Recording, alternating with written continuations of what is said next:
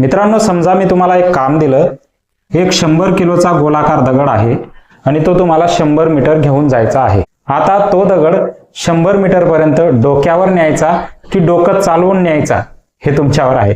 तशाच पद्धतीचा हा प्रश्न आहे मित्रांनो, जी 2 नंबरची ओळ आहे ती कोणाच्या पाड्यातील आहे?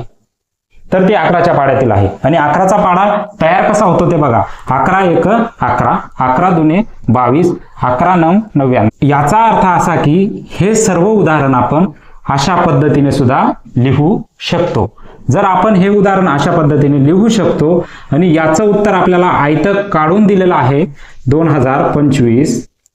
सांगा आपल्याला फक्त करायचं काय आहे? बरोबर, या 11चा घनाचा गुणाकार करायचा आहे या संख्ये बरोबर। याचा घन येतो मित्रांनो 0.001331 आणि याचा गुणाकार जर आपण 2025 बरोबर जर केला तर सरळ सरळ आपलं उत्तर येतं 2.695।